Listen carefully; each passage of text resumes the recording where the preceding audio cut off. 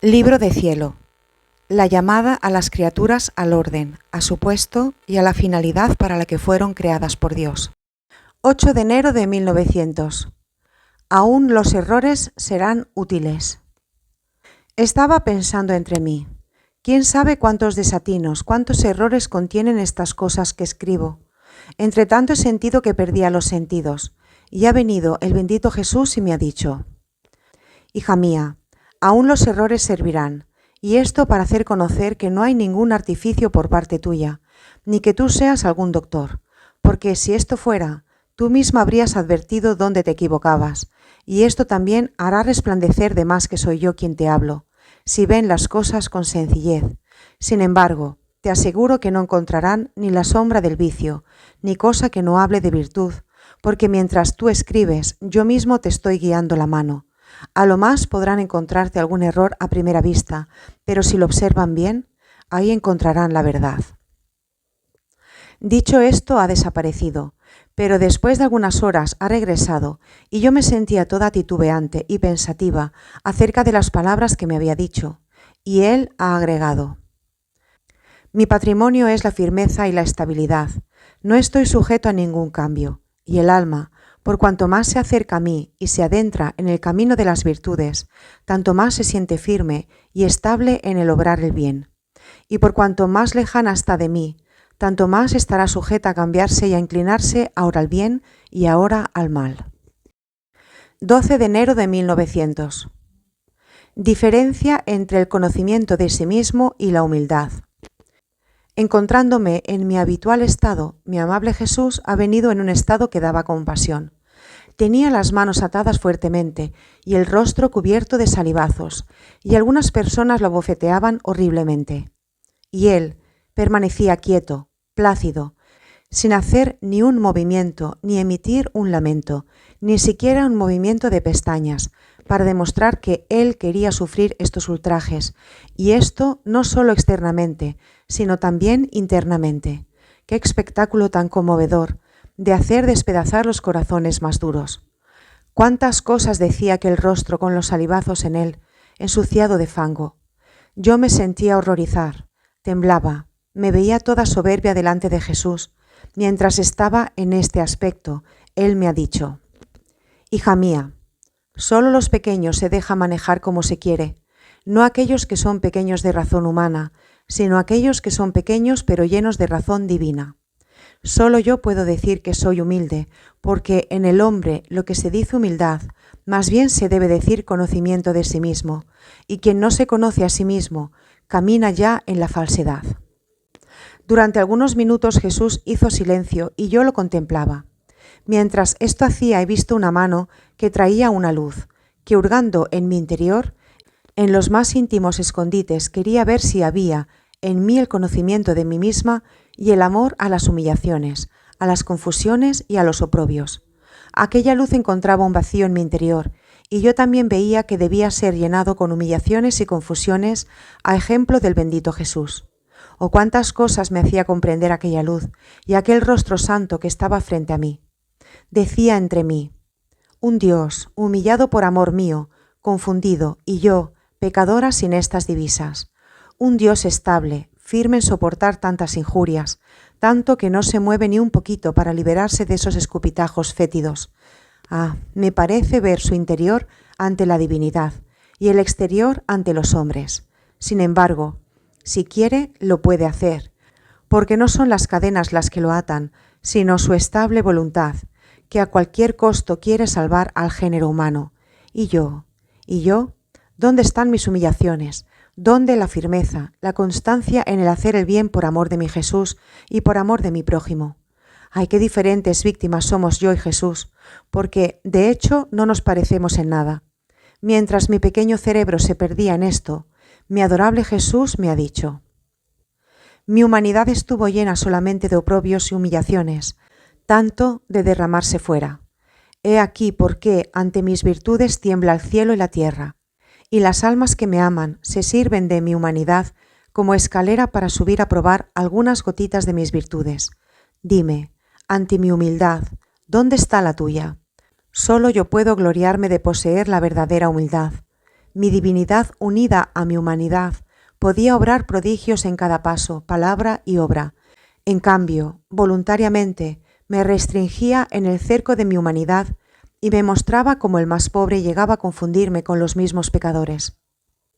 La obra de la redención en poquísimo tiempo podía hacerla, aún con una sola palabra, pero quise durante el curso de tantos años, con tantos trabajos y sufrimientos, hacer mías las miserias del hombre. Quise ejercitarme en tantas diversas acciones para hacer que el hombre fuese todo renovado, divinizado, aún en las mínimas obras, porque, realizadas por mí, que era Dios y hombre, recibían nuevo esplendor y quedaban con la marca de obras divinas. Mi divinidad escondía en mi humanidad, condescender a tanta bajeza, sujetarse al curso de las acciones humanas, mientras que con un solo acto de voluntad habría podido crear infinitos mundos, consentir las miserias, las debilidades de otros como si fuesen suyas, con verse cubierta de todos los pecados de los hombres ante la divina justicia, y que debía pagar con el precio de penas inauditas y con el desembolso de toda su sangre, ejercitaba continuos actos de profunda y heroica humildad. He aquí, oh hija mía, la diferencia grandísima de mi humildad con la humildad de las criaturas, que ante la mía apenas es una sombra, aún la de todos mis santos, porque la criatura es siempre criatura, y no conoce cuánto pesa la culpa como la conozco yo, aunque sean almas heroicas que a mi ejemplo se han ofrecido a sufrir las penas de otros, pero éstas no son diferentes de aquellas, de las otras criaturas, no son cosas nuevas para ellas, porque están formadas del mismo barro. Además, el solo pensar que esas penas son causa de nuevas adquisiciones y que glorifican a Dios es un gran honor para ellas. Además de esto, la criatura está restringida en el cerco donde Dios la ha puesto y no puede salir de esos límites con los que Dios la rodeó. O si estuviese en su poder el hacer y el deshacer, ¿cuántas otras cosas harían? Cada uno llegaría a las estrellas. Pero mi humanidad divinizada no tenía límites, sino que voluntariamente se restringía en sí misma, y esto era un entretejer todas mis obras de heroica humildad. Había sido esta la causa de todos los males que inundan la tierra, esto es, la falta de humildad. Y yo, con el ejercicio de estas virtudes, debía atraer de la divina justicia todos los bienes. Así que no parten de mi trono rescritos de gracia, sino por medio de la humildad. Ningún billete puede ser recibido por mí si no contiene la firma de la humildad. Ninguna oración escucha en mis oídos y mueva con pasión mi corazón si no está perfumada con el aroma de la humildad.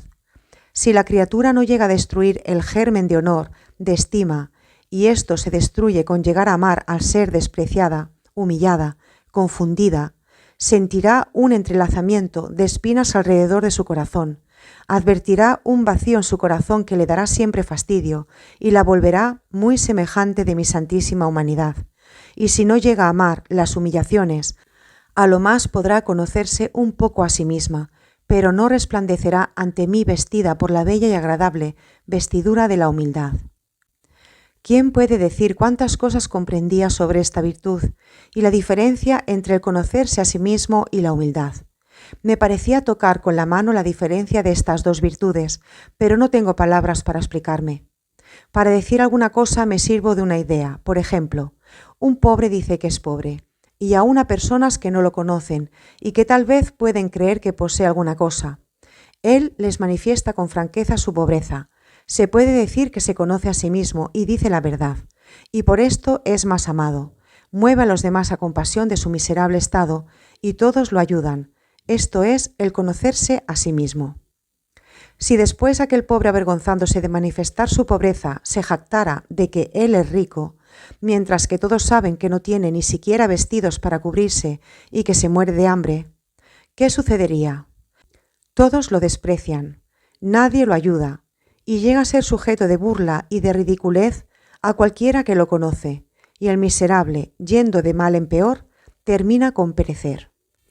Tal es la soberbia ante Dios y aún ante los hombres, y he aquí que quien no se conoce a sí mismo ya está fuera de la verdad y se precipita por el camino de la falsedad. Ahora, la diferencia con la humildad Si bien me parece que son dos hermanas nacidas en un mismo parto y que jamás se puede ser humilde si no se conoce a sí mismo, es, por ejemplo, un rico, que despojándose por amor a las humillaciones de sus nobles vestiduras, se cubre con miserables harapos. Vive desconocido, a nadie manifiesta quién es él, se confunde con los más pobres, vive con los pobres como si fuera igual que ellos, hace de los desprecios y confusiones sus delicias, y esta es la bella hermana del conocimiento de sí mismo. Esto es la humildad. Ah, si la humildad llama a la gracia, la humildad rompe las cadenas más fuertes, como son el pecado. La humildad supera cualquier muro de división entre el alma y Dios, y a él la regresa. La humildad es la pequeña planta, pero siempre verde y florida, no sujeta a ser roída por los gusanos, ni los vientos ni las granizadas, ni el calor podrán hacerle daño ni marchitaría mínimamente. La humildad, si bien es la más pequeña planta, siempre saca ramas altísimas que penetran hasta en el cielo y se entrelazan en torno al corazón de nuestro Señor. Y solo las ramas que salen de esta pequeña planta tienen libre la entrada en ese corazón adorable.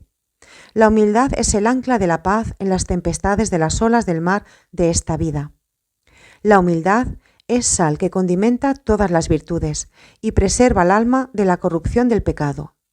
La humildad es la hierba que brota en el camino pisado por los caminantes, que mientras es pisoteada desaparece, pero enseguida se ve surgir de nuevo más bella que antes. La humildad es como injerto noble que ennoblece a la planta silvestre. La humildad es el ocaso de la culpa. La humildad es la recién nacida de la gracia.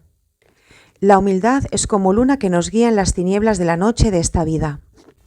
La humildad es como aquel avaro negociante que sabe negociar bien sus riquezas y no despilfarra ni siquiera un centavo de la gracia que le viene dada. La humildad es la llave de la puerta del cielo, así que ninguno puede entrar en él si no tiene bien custodiada esta llave. Finalmente, de otra manera, no terminaría nunca y me alargaría demasiado. La humildad es la sonrisa de Dios y de todo el empíreo, y el llanto de todo el infierno.